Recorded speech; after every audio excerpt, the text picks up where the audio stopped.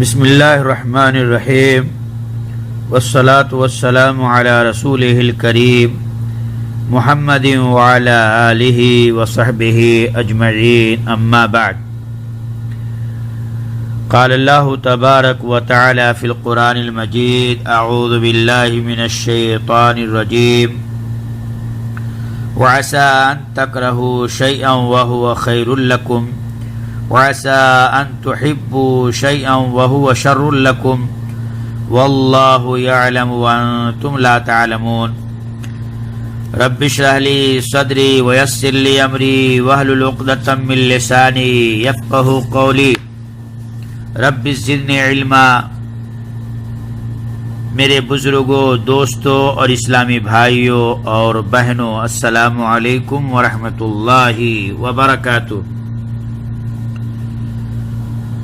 میرے اسلامی بھائیوں، آج میں آپ لوگوں کی خدمت میں نفس کے عیوب کا جائزہ لینے کے اصول اور طریقے کو لے کر حاضر ہوا ہوں۔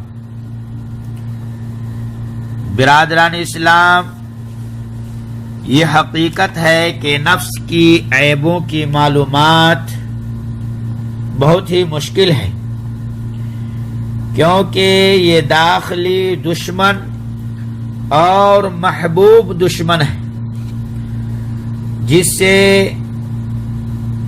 بچنا اور اس کی عیبیں تلاشنا بہت ہی مشکل کام ہے، الا یہ کہ جس بندے کے ساتھ اللہ تعالی بھلائی کا ارادہ کرتا ہے تو اسے اپنے نفس کی عیبیں، کمیاں اور بیماریاں دکھا دیتا ہے۔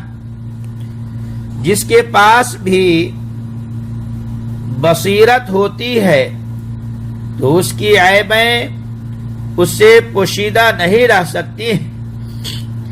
جب عیب کی پہچان ہو جائے تو اس کا علاج بھی آسان ہو جاتا ہے، مگر اکثریت تو اپنی عیوب ہی سے ناواقف ہیں۔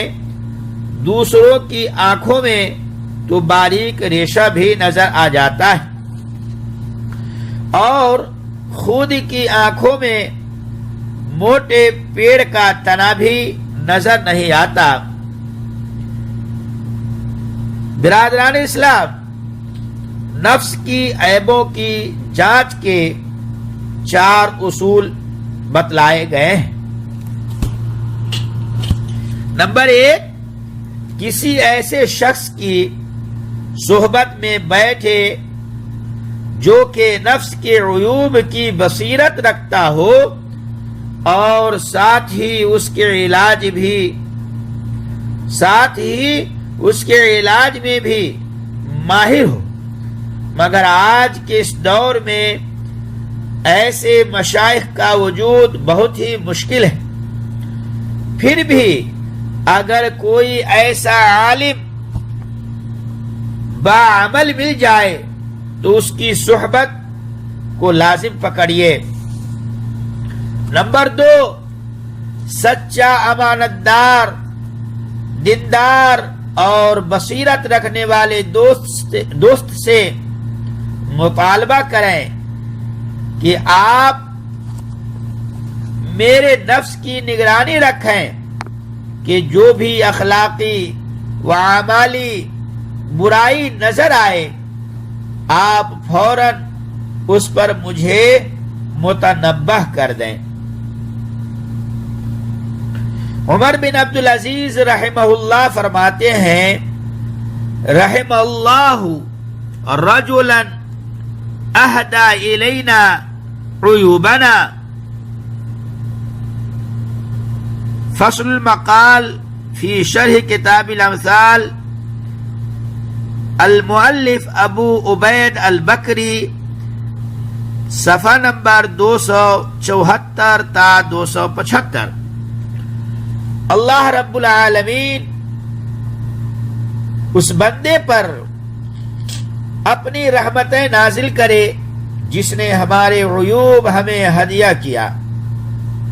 اور خود عمر بن خطاب رضی اللہ عنہ نے حذیفہ بن یمان رضی اللہ عنہ سے کہا کہ میں تمہیں اللہ کا واسطہ دے کر پوچھتا ہوں کہ کیا اللہ کے رسول صلی اللہ علیہ وسلم نے میرا بھی شمار منافقوں میں کیا ہے؟ تو انہوں نے جواب دیا نہیں، اس حدیث کی سند صحیح ہے۔ اور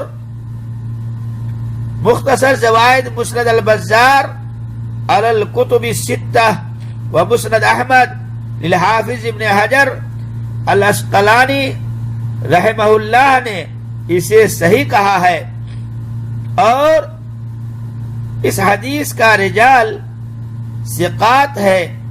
صفحہ نمبر 361۔ جو آدمی اپنے نفس کی برائیوں پر زیادہ چوکنا رہتا ہے وہی اس کا زیادہ اہتمام کرتا ہے، مگر اس زمانے میں اس طرح کا دوست ملنا بہت ہی مشکل ہے، کیونکہ دوستوں میں سے بھی بہت سارے چاپلوس اور حاسد ہوتے ہیں جو کہ آپ کی اصلاح نہیں چاہتے ہیں اور کبھی عیوب کی خبر نہیں دیں گے۔ محترم سامعین و سامعات، سلف صالحین پسند کرتے تھے کہ لوگ ان کی عیوب سے ان کو خبردار کریں۔ آج ہمارے حالات تو یہ ہو گئے ہیں کہ اگر کوئی ہمیں اپنی عیوب بتاتا ہے تو اسی کو ہم اپنا سب سے بڑا دشمن سمجھتے ہیں۔ یہ ہمارے ایمان کی کمزوری کی نشانی ہے، کیونکہ بری اخلاق سانپ اور بچھو کی طرح ہیں۔ اگر کوئی ہمارے کپڑے کے بارے میں خبر دے کہ اس میں بچھو ہے تو ہم اس کا بڑا احسان مانتے ہیں اور سب کے سب اس بچھو کو مارنے لگ جاتے ہیں، حالانکہ بد اخلاقی کے اثرات سانپ اور بچھو کے زہر سے بھی زیادہ خطرناک ہیں۔ نمبر 3، اپنے نفس کی عیب کا استفادہ دشمنوں کی زبانوں سے کرنا، کیونکہ غصے اور ناراضگی کی آنکھ برائیاں بتاتی ہے۔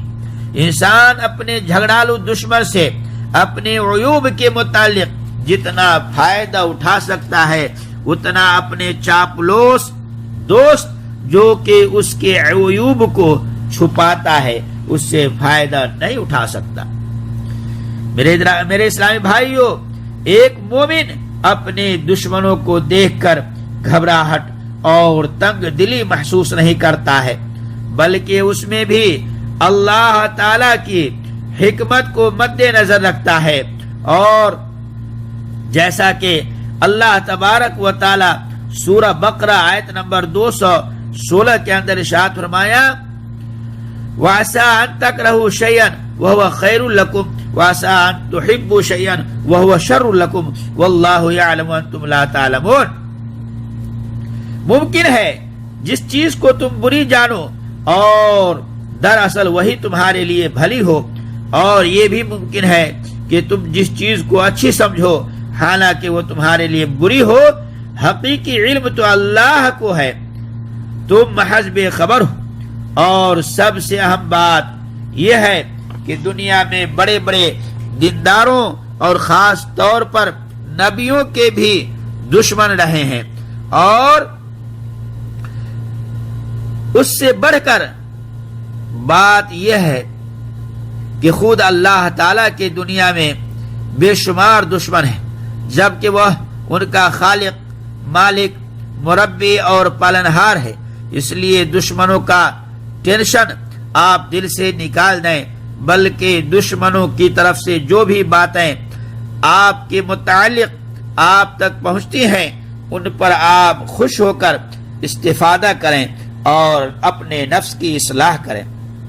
نمبر 4، لوگوں سے میل جول اور تعلقات رکھنا، اس کی بنا پر جو چیز لوگوں کو ناپسند ہو اس سے دور رہیں۔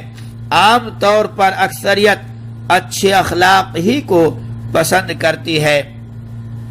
منہاج القاصدین للشیخ احمد بن عبد الرحمن بن قدامہ المقدسی، صفحہ نمبر 147۔ محترم سامعین و سامعات، ان چاروں اصول کے ذریعے آپ اپنے نفس کے عیوب کی مغفرت حاصل کر سکتے ہیں۔ اللہ تعالیٰ سے دعا ہے کہ اللہ تعالیٰ ہم تمام مسلمان بھائیوں کو ان ساری باتوں پر سننے سے زیادہ عمل کرنے کی توفیق عطا فرمائے، آمین۔